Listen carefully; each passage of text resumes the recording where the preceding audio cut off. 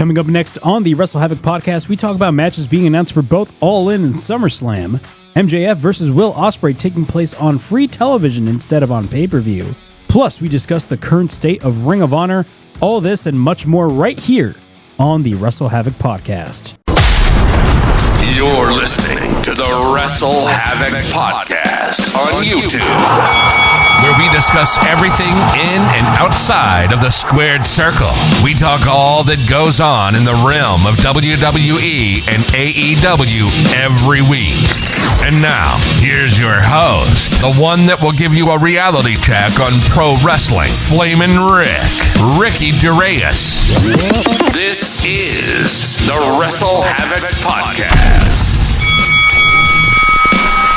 What's up, everybody? It is yours truly, Flamin' Ricky Duraeus, right here on the WrestleHavoc Podcast. It is July 16th, 2024. It is episode 33 of the WrestleHavoc Podcast. We got a lot of things to talk about right here on this edition of the show. Of course, we are currently on the road to not only WWE's SummerSlam, but we are also on the road to AEW's All In pay-per-view. Of course, AEW's biggest show of the year.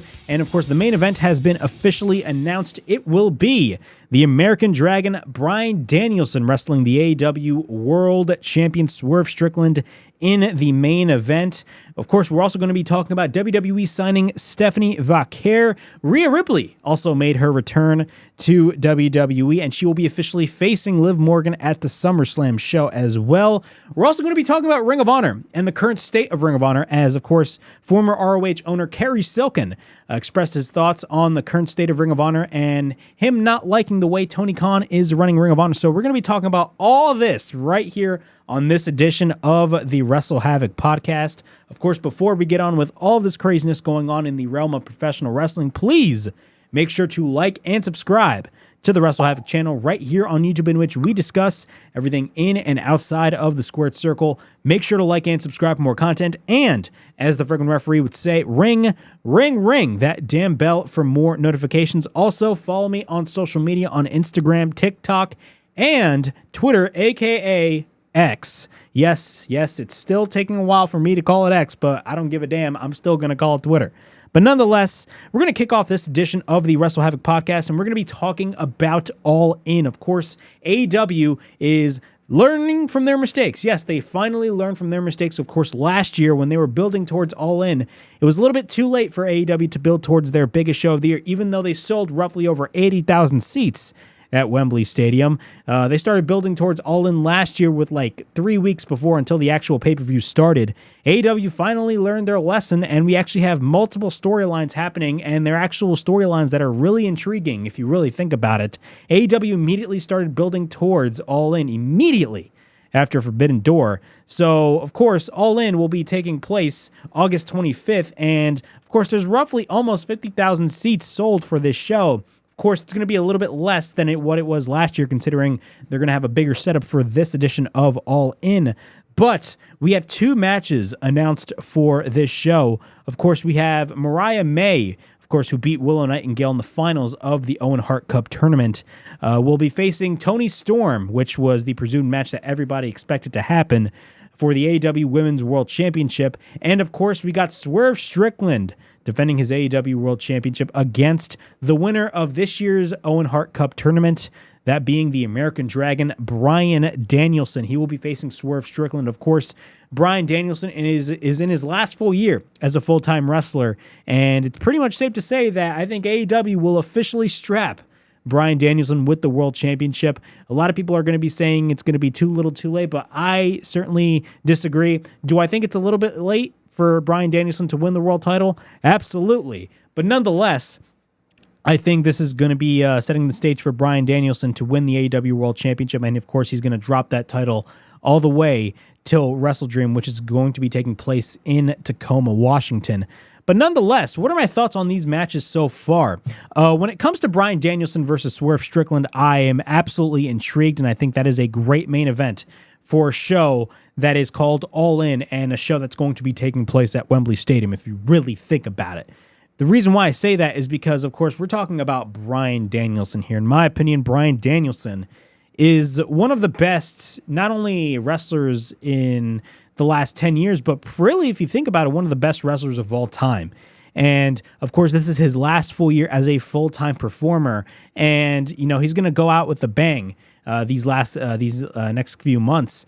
And, with this match, main eventing Wembley, this is going to be his WrestleMania moment right over here. Now, granted, he did have a WrestleMania moment at WrestleMania 30, and he did have many other WrestleMania moments as well. But, man, I feel like this match in particular is going to be a great match. Not only that, the crowd in the UK, in London, are going to go absolutely ballistic for this man. Now, let's talk about the match that took place this past Wednesday on Dynamite, because, of course, Bryan Danielson faced off against Hangman Page in the finals of the Owen Hart Cup Tournament. Dynamite was a great show, nonetheless. I really enjoyed Dynamite.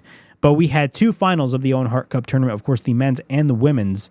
But when it comes to Bryan Danielson and Hangman Adam Page, it honestly could have gone either way.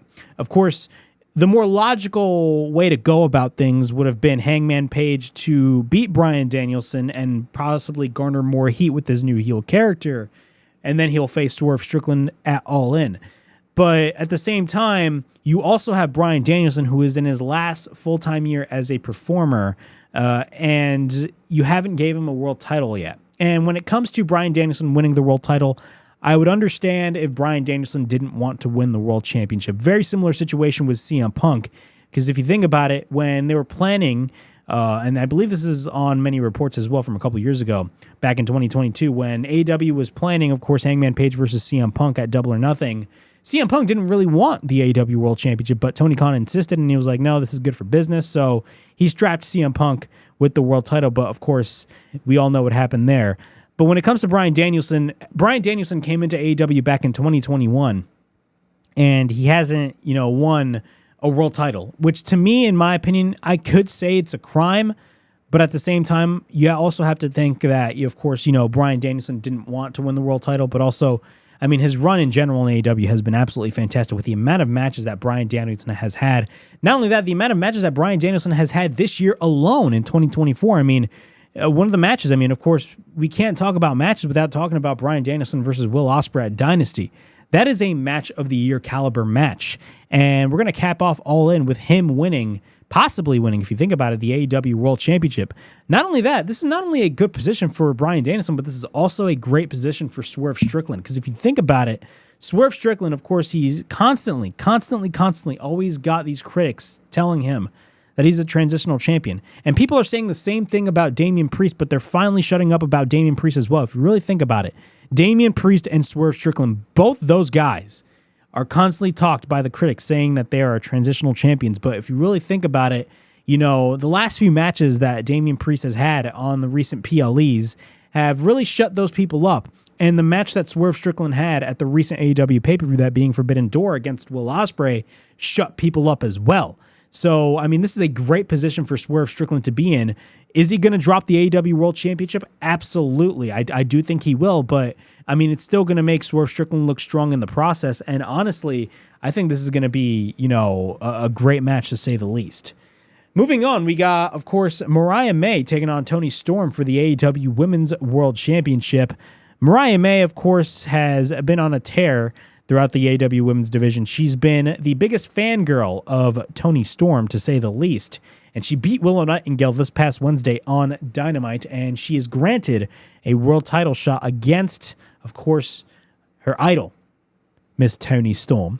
And I didn't expect them to shoot the angle last week, but they closed out Dynamite with the bang. Of course, if you guys don't know what I'm talking about, Mariah May has officially turned on Toni Storm.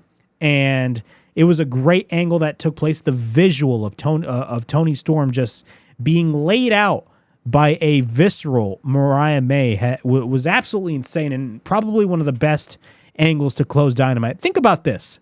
We had two back-to-back closing segments of Dynamite that were absolutely fantastic. Of course, we had the week prior with MJF turning heel once again, officially turning heel. He's no longer a babyface on Daniel Garcia, beating him up to a bloody crisp. And, of course, they wrote off Daniel Garcia for a short while. And that set the stage for a possible Will Ospreay and MJF match, which we now know is going to be happening this coming Wednesday on Dynamite, which I'll be talking about because I'm actually not a big fan of that. But we had that. And then, of course, the next week on Dynamite, we had this amazing closing segment with Mariah May just turning on Toni Storm, grabbing a heel shoe, and just bashing the face of a bloodied Toni Storm. That was a phenomenal visual, and it set the tone for what that match will be or how that match is going to take place at All In. At the end of the day, this was eventually going to happen. I didn't expect them to actually do the angle this early on, but honestly, with what we saw this past Wednesday on Dynamite when it came to Mariah May and Toni Storm, I am all in for it. No pun intended. So that is the women's title match that's going to be announced. Of course, we have also speculated matches.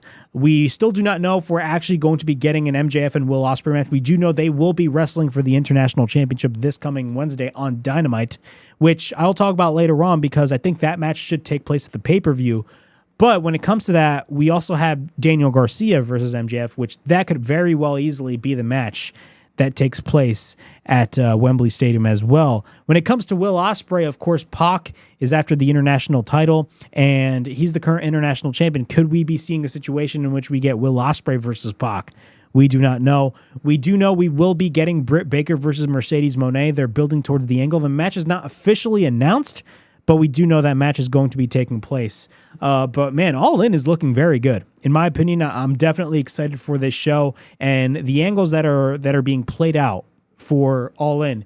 That's exactly what AEW needs. They need storylines that have heat behind them, because if you really think about it, throughout the past couple of months, AEW has storylines. People always create the perception that AEW does not tell stories. No, that is a false narrative. AEW does tell stories. The biggest problem with AEW is the fact that they tell stories, but the stories do not have heat around them. And they're just there for the sake of being there, if you really think about it. And now when it comes to the storyline with MJF, Daniel Garcia, and Will Ospreay, that is a story. We got the story with Bryan Danielson being of course, having his last year and going after the World Championship. Hangman Page going absolutely ballistic and wanting to kill Swerve.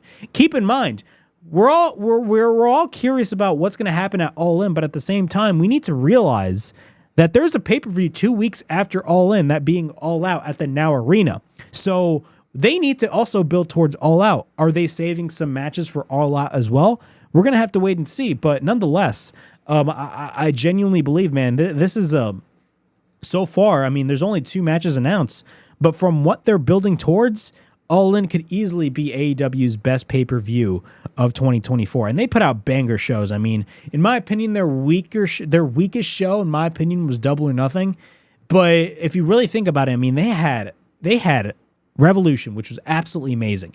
They had Dynasty. I mean, they had Double or Nothing, which, again, was their weaker show. They also had Forbidden Door, which was the weakest out of all the Forbidden Doors, but it was still an amazing show. I mean, AEW, if you really think about it, they are masters at pay-per-view. So nonetheless, All In is looking absolutely fantastic in my opinion.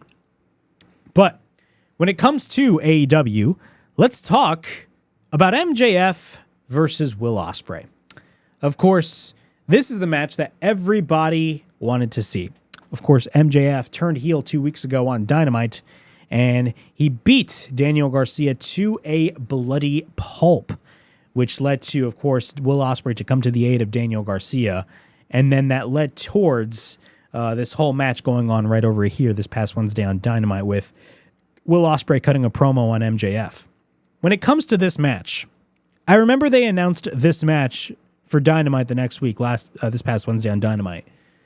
And I was kind of disappointed because if you really think about it, if you compare Daniel Garcia versus MJF, which is a match that has heat behind it, by the way, and it has very good heat behind it, to Will Ospreay versus MJF, for a show like All In, which is your biggest show of the year at Wembley Stadium, which you're probably going to do your highest buy rate of the year, which is the better match? Which is the match that is more fitting for a show like All In? Daniel Garcia versus MJF or Will Ospreay versus MJF? You see what I'm getting at? So that was what I was pissed off about. I was not pissed off at the fact that we're going to be... Well, I was pissed off at the fact that we were getting this match on Dynamite. My only complaint was the fact of where these matches were taking place. Because I felt like AEW was kind of going a little bit ass backwards when it came towards what matches they're going to put at All In and what matches they're not going to put at All In.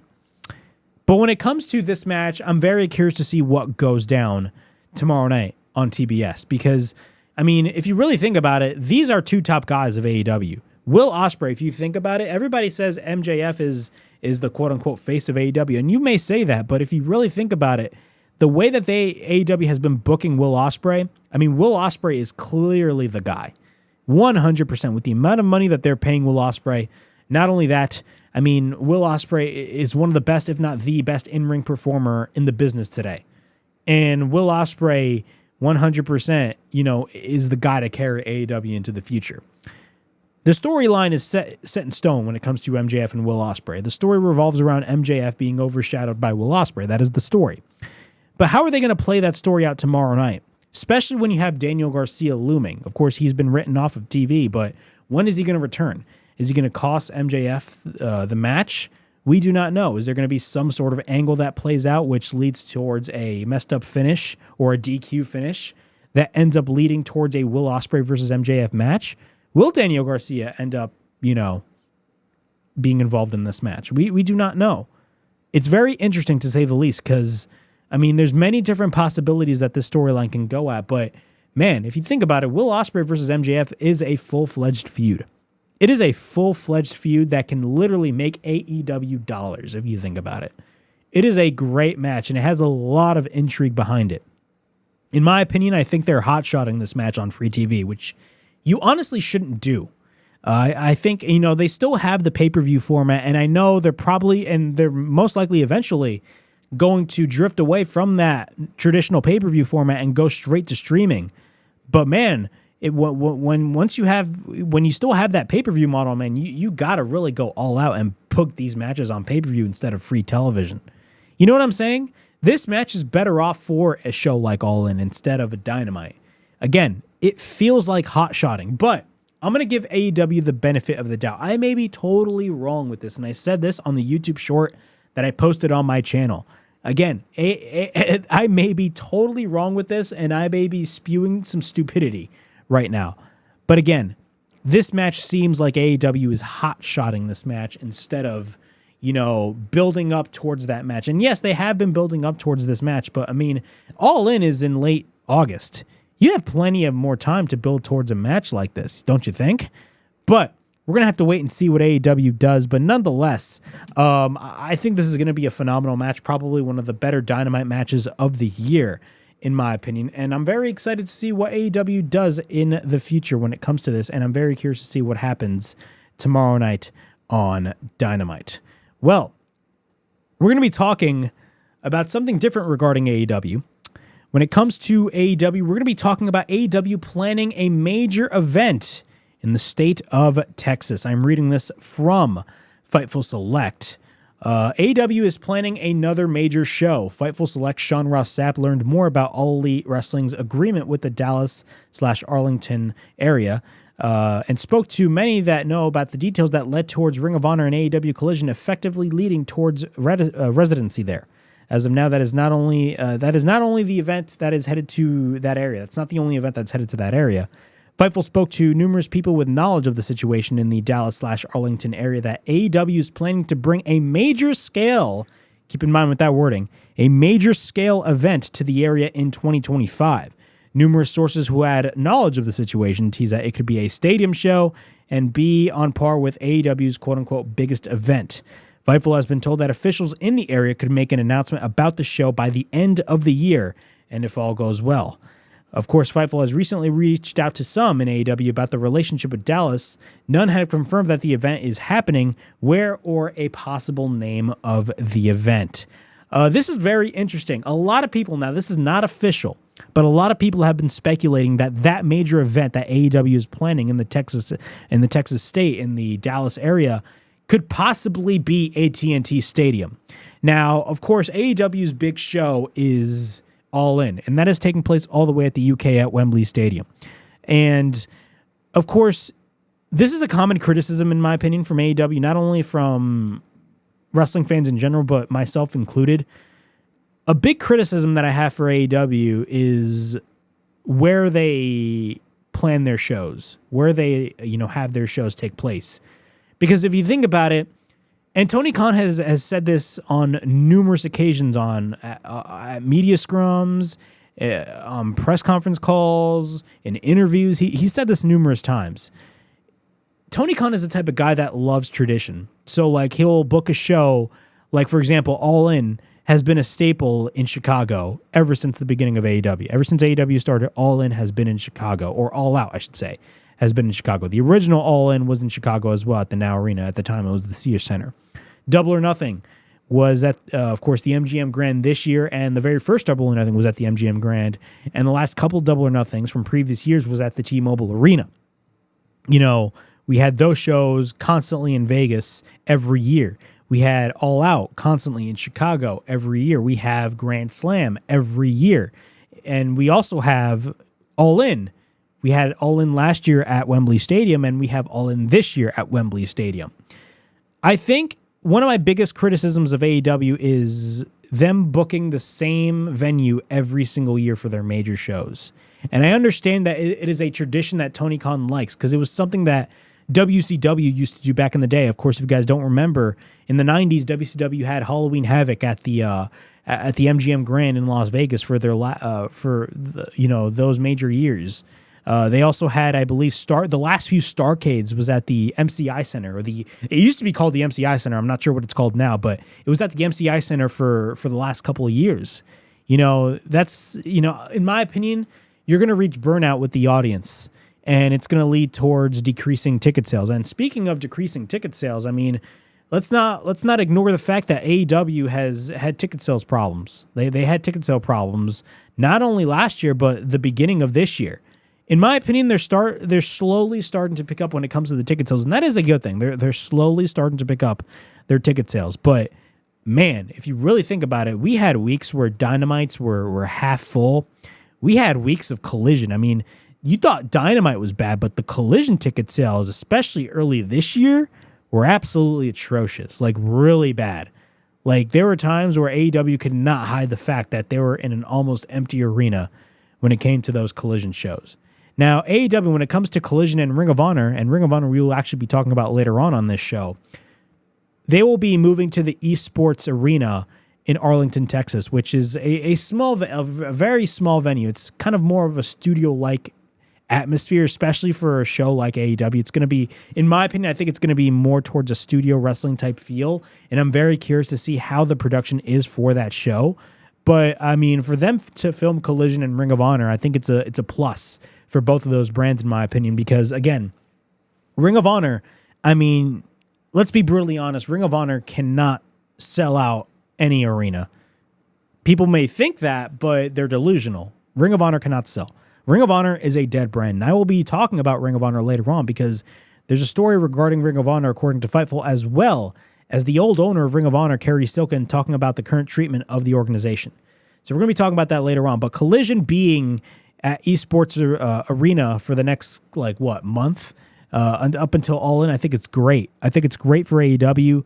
Not to mention, of course, AEW is headed to Cardiff, I believe, in the Go Home Dynamite towards All In. They're going to be headed to Cardiff, which is going to be absolutely insane. So AEW is definitely making strides, but I would not be surprised if that big show would eventually be All In at AT&T Stadium. You can't have All In at Wembley Stadium every single year, in my opinion. Because, again, you're going to have burnout with the UK fans. Even though it's only going to be one show per year, especially for AEW, I mean, you're going to have burnout with those fans, man. You really need to branch out. And if you really want to expand on the IP of All In, and yes, IP is a thing. All In is a franchise, if you kind of think about it. All In is its own entity at this point, and you really want to expand that. And for them to possibly go on a venue like AT&T Stadium, look, are they going to sell 100,000 tickets to the show? I doubt it. I would predict they'd probably sell maybe 40 to 50,000 seats. But AEW is an organization that they always focus on risk. They always take risks. And that is what I really like about them. You know, everybody says you can't do this, but then they end up proving people wrong. Look at last year. Everybody did not think that they would sell roughly around 80,000 seats for All In. And they actually did. So, you know, we're going to see what AEW does. But to be honest, I mean, this is a great move on AEW's part. And hopefully we'll eventually see what AEW does. We do not know if this big show is actually All In.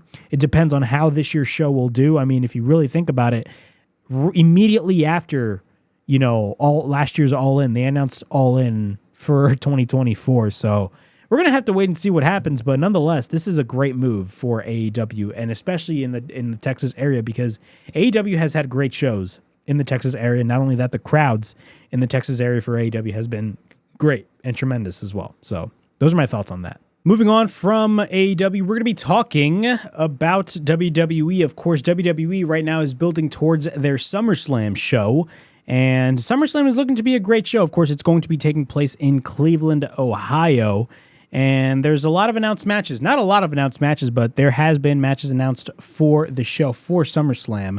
And we have 3 matches announced for SummerSlam. The first match, of course, and it's a match that we've already known is going to be happening ever since Gunther won the King of the Ring tournament. Of course, that match is, of course, Gunther versus Damian Priest for the World Heavyweight Championship. Of course, Damian Priest, ever since winning the World Heavyweight title at WrestleMania, everybody has been calling Damian Priest a transitional champion, but Damian Priest is continuing to prove everybody wrong. And Gunther, course, had a run of a lifetime as the longest reigning IC champion in company history, and now he's going to be going after the World Heavyweight Championship. I think it's pretty much set in stone that Gunther is going to beat Damian Priest. There is no buts or ifs. There's none of that. Gunther is, in my opinion, guaranteed to win that world title. We also got Rhea Ripley, which I'll be talking about. Rhea Ripley recently made her return last week on Raw, in the closing segment on Raw, where basically Dominik and Liv Morgan were almost this close to making out, which of course that led to Mommy to come in, and she was all pissed off. And let me tell you, the camera work when it came to Rhea Ripley, as they showed Rhea Ripley walking down the ramp was absolutely tremendous, man. The current production in WWE is absolutely phenomenal. Ever since Kevin Dunn left, the production has been top tier in World Wrestling Entertainment. But when it comes to Rhea Ripley, of course, she is pissed off at Dominik, and she's dead set against Liv Morgan. Of course, Liv Morgan is the current Women's World Champion. Last night on Raw, Rhea Ripley challenged Liv Morgan for the Women's World Championship, and it is official. Rhea Ripley will be facing Liv Morgan for the world title at SummerSlam, which is going to be a great match. I mean, again, this storyline is very intriguing and has a lot of people talking. Rhea Ripley, and I'm going to say the same thing about, you know, people like Roman Reigns, Toni Storm, and Rhea Ripley. I mean, those 3 wrestlers in particular, and we really see that with wrestling all the time. You know, there's a saying that I've always thought about when it comes to wrestling. You know, if you really think about it, the heel is the real baby face, and the baby face is the real heel.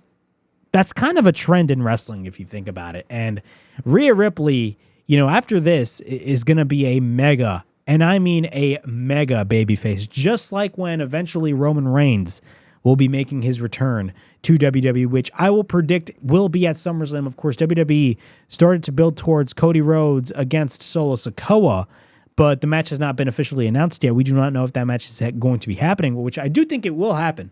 But if it does happen, I do see Roman Reigns eventually making his return in the WWE. And it's going to be a great moment, to say the least.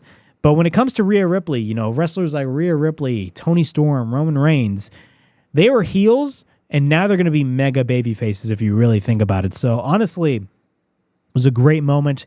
And Rhea Ripley will now be facing Liv Morgan at SummerSlam for the Women's World Championship. Do I see Rhea Ripley beating Liv Morgan? I mean, it really depends on where they go with the storyline, because if you think about it, if you think about it, WWE is building towards the inevitable collapse of the Judgment Day. They're clearly going to whack Damian Priest out of the group because he's been showing signs of becoming a babyface in the future, that being Damian Priest. Rhea Ripley, in my opinion, is going to be a full-fledged babyface as well. And if you think about it, she currently is the babyface in this whole storyline with Liv Morgan and Dominik. So I do see eventually Rhea Ripley eventually getting out of the Judgment Day, as well as Damian Priest. But I may be totally wrong with this, because Liv Morgan has been sticking her nose in quote-unquote Judgment Day business, and that's where WWE has been leading towards. And I do think she will be officially a part of the Judgment Day, if that is how they're going to be playing that storyline. But nonetheless, it's going to be very great to see what happens there. We also got Nia Jax versus Bayley for the women's title, which I'm not really that invested in, to be honest. I'm not really that invested in Bayley's title reign, to be quite honest with you. Liv Morgan's title run is way more interesting, but Nia Jax will be facing Bayley for the WWE Women's title. And possible matches for SummerSlam. That these matches that I'm going to be naming off are not announced yet, but I do think that they will happen. Number 1, LA Knight versus Logan Paul for the U.S. title. In my opinion, it's bound to happen.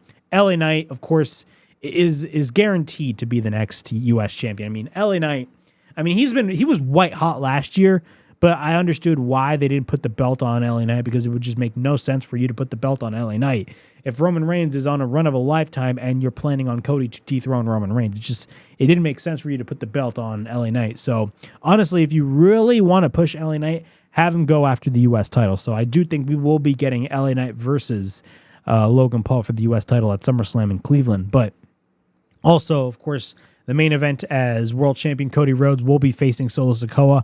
That is the match I do predict will happen. And, of course, I do think Cody Rhodes will eventually lose that match. Win that match, sorry. Solo Sikoa will lose that match. Cody Rhodes will definitely win that match, considering the fact that I do not see Cody Rhodes dropping that title anytime soon. And I think that will set the stage for an eventual Roman Reigns return as we build towards the real Bloodline Civil War. So that is SummerSlam. Overall, I'm actually pretty excited about the show. Is it the best card? No, it's not. It's not the best card, but it's a card that definitely is going to get the job done. Not only that, I'm very curious to see what the hell is going to be happening when it comes to Solo Sikoa and Cody Rhodes, considering that's the direction that they're going to be taking. But I do see eventually Roman Reigns making his return at SummerSlam. So yeah, those are my thoughts on SummerSlam. All right, moving on right here on the WrestleHavoc Podcast, we are going to be talking about Stephanie Vaquer. Of course, Stephanie Vaquer recently came off a match that she had with Mercedes Moné at the Forbidden Door pay-per-view, which was a great match.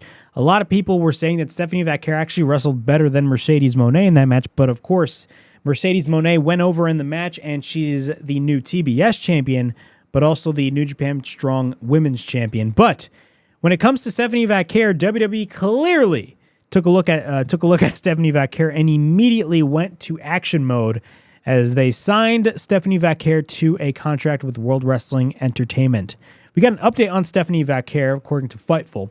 Stephanie Vaquer is the belle of the ball. Vaquer has elected to remove herself from the rosters of both CMLL and New Japan Pro Wrestling, citing personal reasons. As a result, she has been stripped of the CMLL World and Tag Team titles, per the official CMLL account. Last week, it was revealed that she had interest from both AEW and WWE despite having a CMLL contract. Fightful Select can confirm that Vaquer has had talks with both AEW and the WWE, and both companies have maintained interest. As things stand, Fightful has confirmed that she's not signed with AEW or closing in on a deal there, though there was interest conveyed. They have been told that WWE showed interest immediately after Forbidden Door, and sources within AEW were at the show last week believed that she was likely headed towards the WWE. CMLL has allowed talent out of their deals when they've had big U.S. offers. In an update by Fightful, sources claim that Stephanie Vaquer is WWE and NXT bound and was backstage at NXT Heatwave. So, yeah, and later on, WWE officially announced that they signed Stephanie Vaquer to a contract. What are my thoughts on this? I mean, this is a big deal if you really think about it. Stephanie Vaquer, I'm not really that familiar with her, but from what I have seen at Forbidden Door, I mean, she was absolutely tremendous against Mercedes Moné. Not only that, it goes to show you how aggressive WWE is when it comes to their offer. Like, when they see somebody that they know is really that damn good, they'll immediately go after them. Now, granted, they try to sign Will Ospreay, but they lost on to Will Ospreay, and Will Ospreay honestly fits so much better in AEW than he would in WWE. Not to say he would have done badly in WWE, because I think they would have booked him tremendously in the WWE. But I feel like when it comes to his style, he fits so much better in AEW. But when it comes to Stephanie Vaquer, I mean, this was coming off the heels of the match that she had with Mercedes. And she, of course, has been wrestling all over Mexico. She's actually not Mexican. She's actually from Chile. And, when it comes to Stephanie Vaquer, there are reports saying that she's always wanted to work for the WWE. And she's gotten a lot of backlash by a lot of fans simply because of the fact that she signed with the WWE and didn't sign with AEW, which I think is absolutely stupid. Look, at the end of the day, Stephanie Vaquer is a businesswoman like any other professional wrestler. If you're a professional wrestler and you're not a businessman, then you're in the wrong business, because at the end of the day, people want one thing, and that is dollars. People want money, and Stephanie Vaquer is, of course, wanting to elevate herself, and WWE is that platform to elevate herself. So I see absolutely no problem with her signing with the WWE. Does it look shady from a CMLL standpoint that, of course, she was not going to be working the show that she told them that she was going to be working on? And I believe it was like 5 days before the show, like she actually pulled out of the show. It does kind of sound shady, but I mean, this is WWE we're talking about. They don't give a single damn. Not only that, when it comes to CMLL, I mean, they always got bad beef with AAA. So like there's some sort of issue going on with AAA and CMLL that's been around for years. But when it comes to Stephanie Vaquer signing with the WWE, I have absolutely no problem with it. I do see her joining NXT. I don't see her immediately getting thrusted to the main roster, but I will say this, her going to NXT is not a bad move either, because, of course, there's a bunch of reports of Julia as well. Julia has been in the news for months, and she will be officially, I believe, be headed to NXT as well.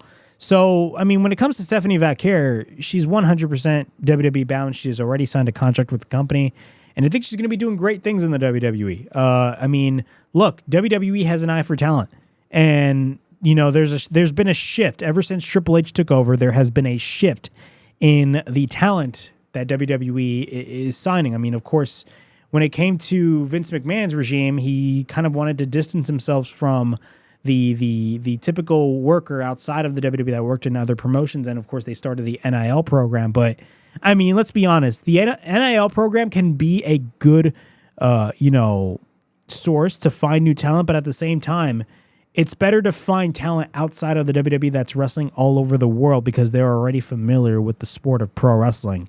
And you can just train them to just teach them the WWE way of how they know how to wrestle. Like, they can teach them the WWE style of wrestling because they already know how to wrestle, and they could learn the WWE style. So, nonetheless, Stephanie Vaquer being WWE bound, it was totally pretty much predictable that she was going to sign with the WWE. Does it kind of look bad from an AEW standpoint that they basically let a non-contracted AEW wrestler wrestle on their show only for WWE to eventually snatch her up from them? Well, they didn't really snatch her up from AEW, but they snatched her up from CMLL, and CMLL is AEW's partner. It does kind of seem shady, but again, it's WWE we're talking about. I mean, they don't really play well with others, even though they're starting to play with others now that they're in a partnership with TNA, which we will be talking about later on as well. But nonetheless, again, there's no issues right here. I think this is a great signing for WWE, and I think Stephanie Vaquer is going to do great things in World Wrestling Entertainment. So those are my thoughts on Stephanie Vaquer. All right, continuing on with the WrestleHavoc podcast, we are going to be talking about Ring of Honor. Yes, ROH Wrestling is in the news. Of course, we're going to be talking about Kerry Silken. He is the former owner of Ring of Honor. Of course, he was actually the owner before. Okay.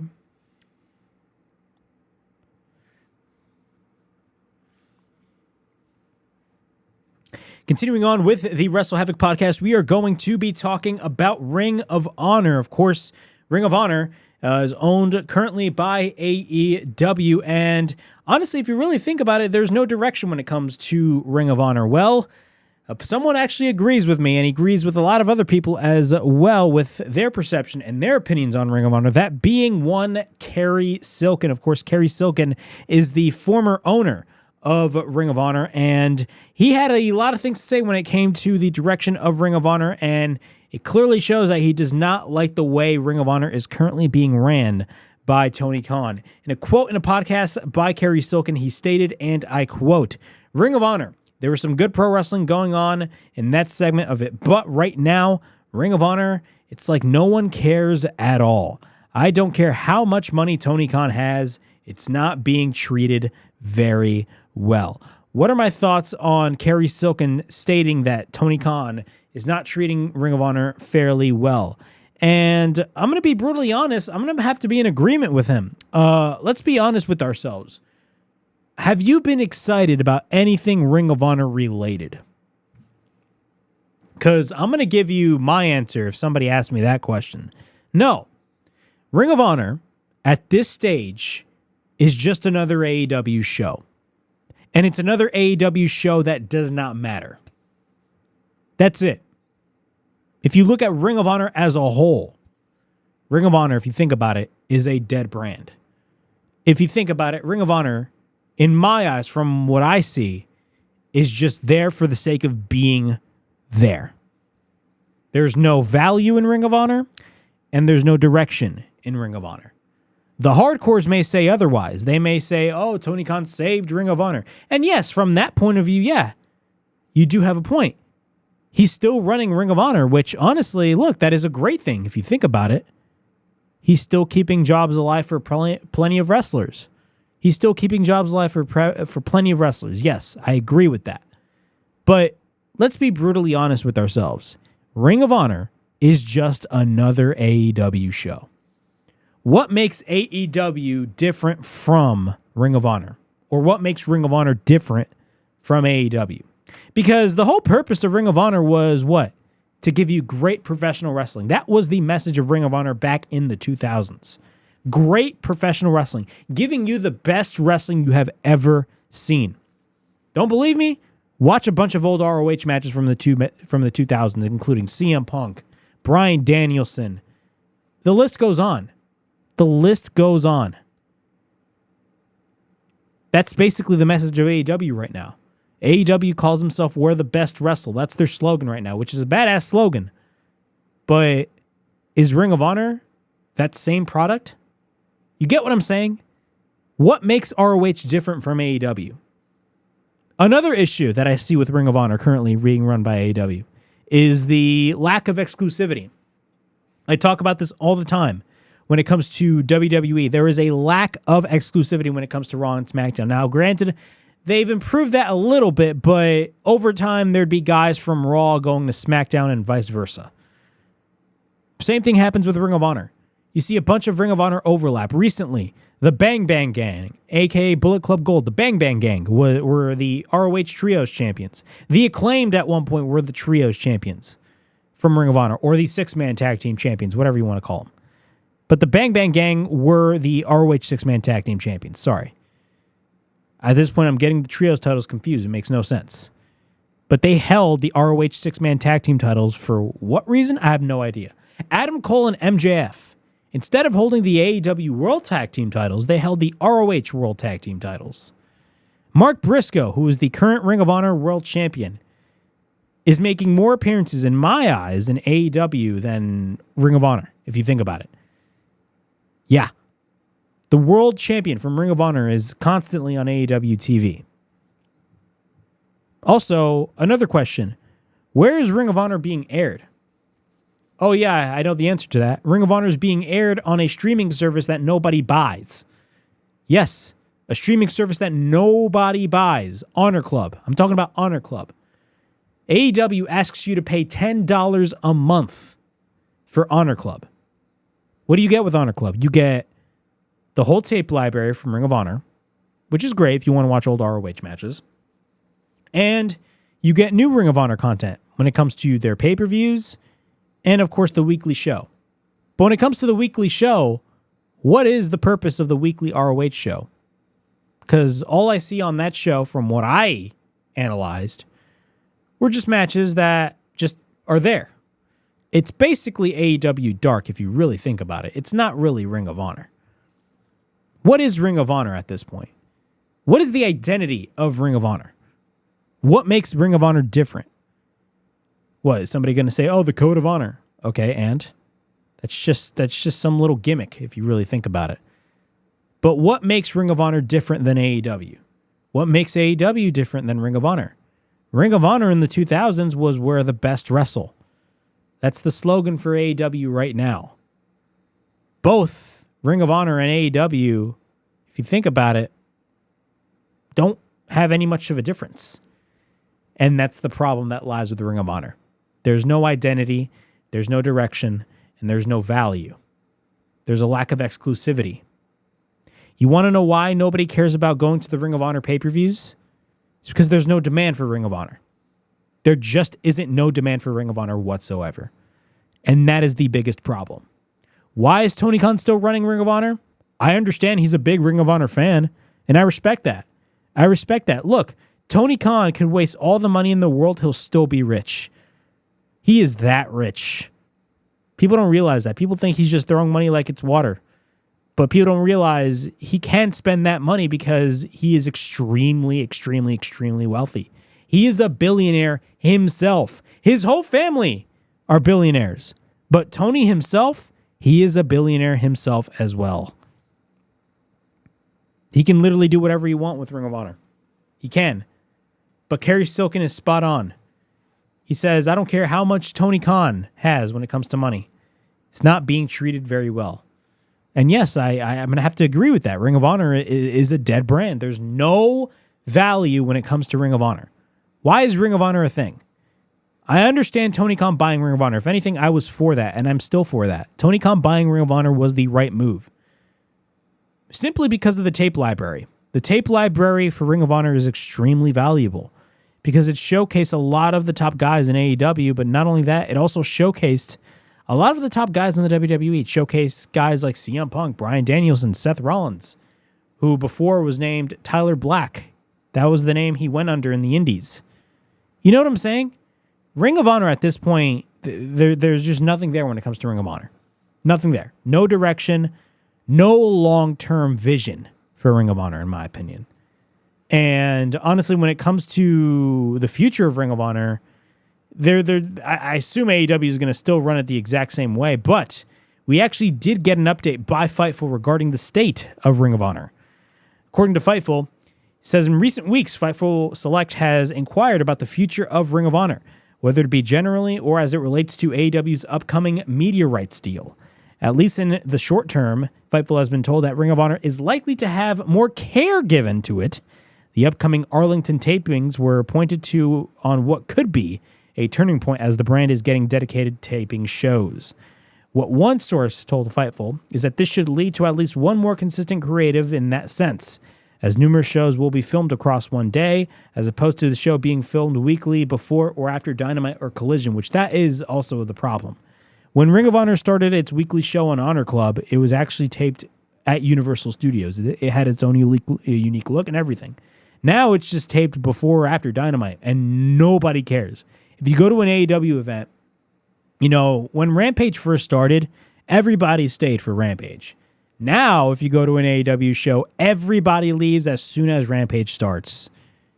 Or if they're going to do Ring of Honor, for example, if it's a Collision taping and they tape Ring of Honor after Collision, nobody's going to watch Ring of Honor. Nobody. Everybody leaves when Ring of Honor starts. Because nobody cares. Nobody cares about Ring of Honor. And I know that's going to offend a couple of neckbeards, but it's the God's honest truth.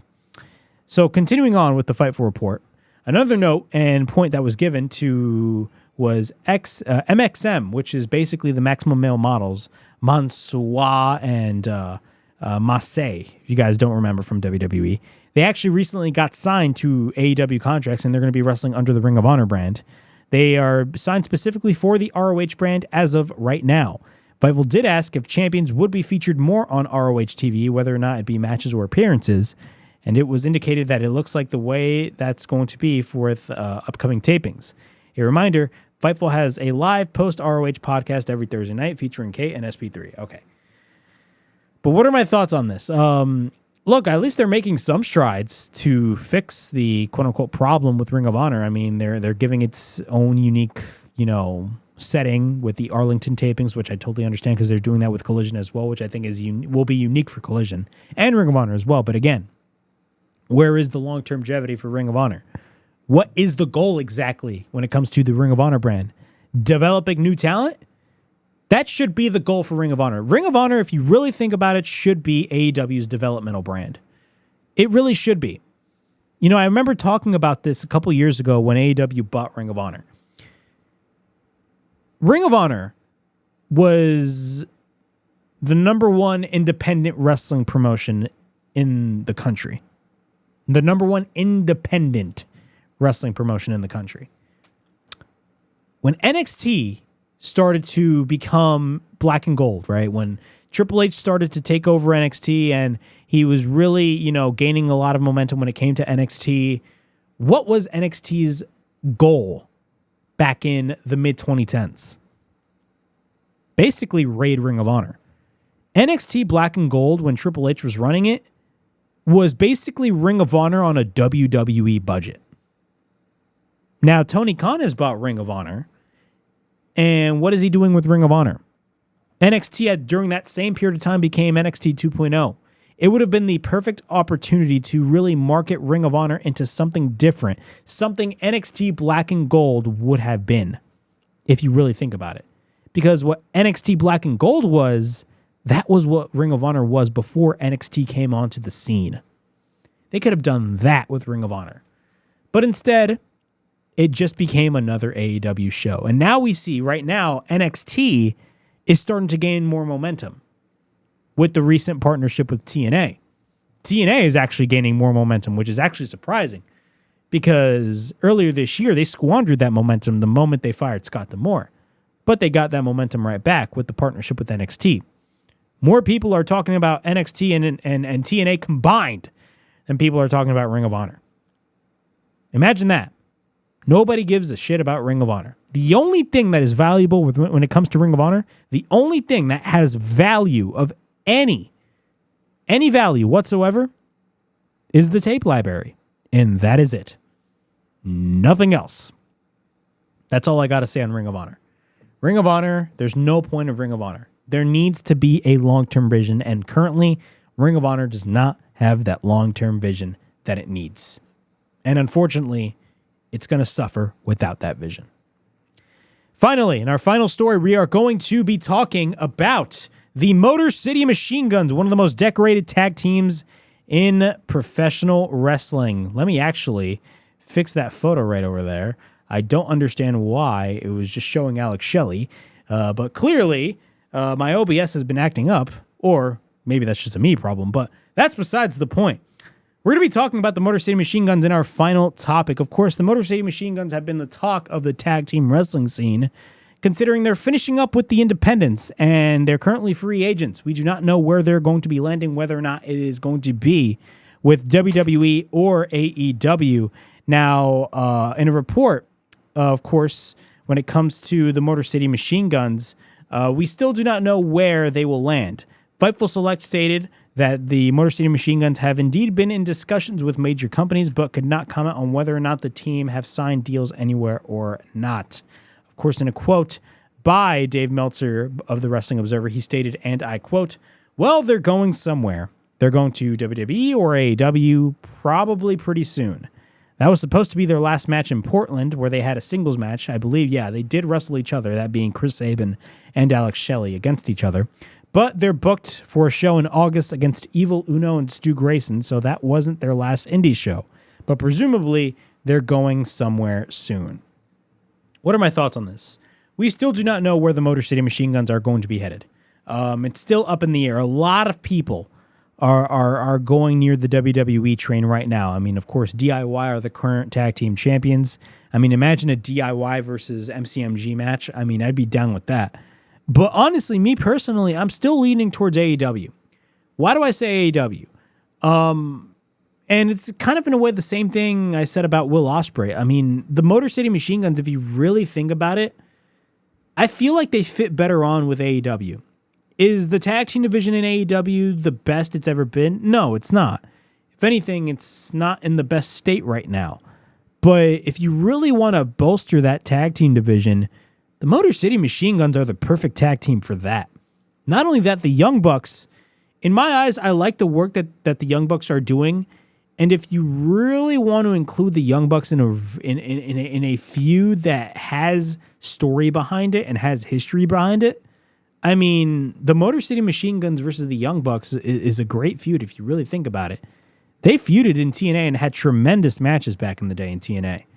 So honestly, I would love for them to revisit that. And imagine if we had a Motor City Machine Guns versus Young Bucks match at All In. I mean, that's a match worthy for All In if you really think about it. But we're going to have to wait and see where they go. I mean, for all we know, the Motor City Machine Guns are waiting until they get a better offer from either promotion. I mean, they maybe got an offer from AEW and they took that offer to WWE and they wanted a higher offer. We don't know. If they go to the WWE, I wouldn't be surprised. I mean, they'd fit perfectly in WWE, especially with the current partnership that they have with TNA. I mean, would they go straight to NXT? I don't think so. I think they'd go straight to the main roster. That's just my opinion. But again, the Motor City Machine Guns would fit like a glove in WWE. But me personally, I think they would fit better off in AEW. That's just me. They are a tag team that, honestly, the majority of the AEW audience knows the Motor City Machine Guns. The casual WWE audience just does not. And if you really want to bring the Motor City Machine Guns to a main stage that people actually know, bring them to AEW. But we're going to have to wait and see. They fit anywhere.